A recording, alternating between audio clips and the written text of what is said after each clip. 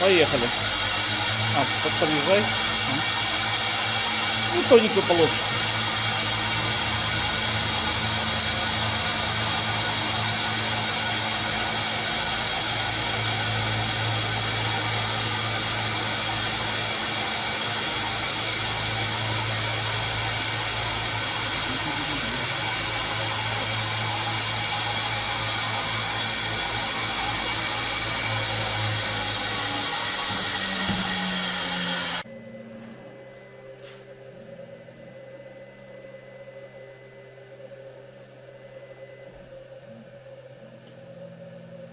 Ну, сторону можно запустить, чтобы было слышно, как она жужжит.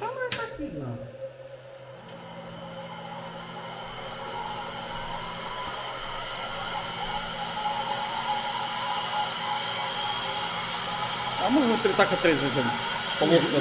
Там маленький кусочек. Стыдно будет, да? Ну его лучше уже как-то горизонтом присобачить. И что-то играться там.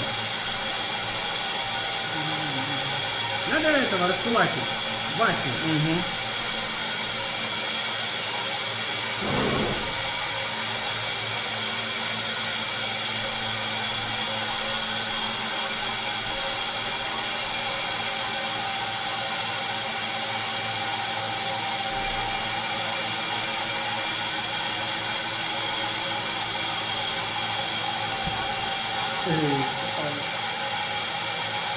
Ну, должна была упасть.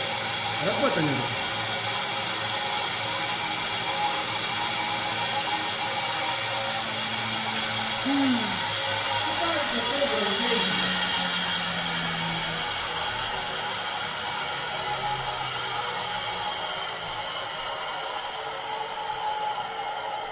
Главное редукторы показать, что есть.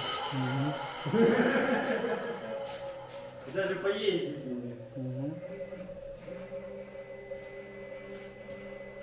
Мягенько, плавненько. Да, редуктора не слышно. Слышно только моторчик свистит.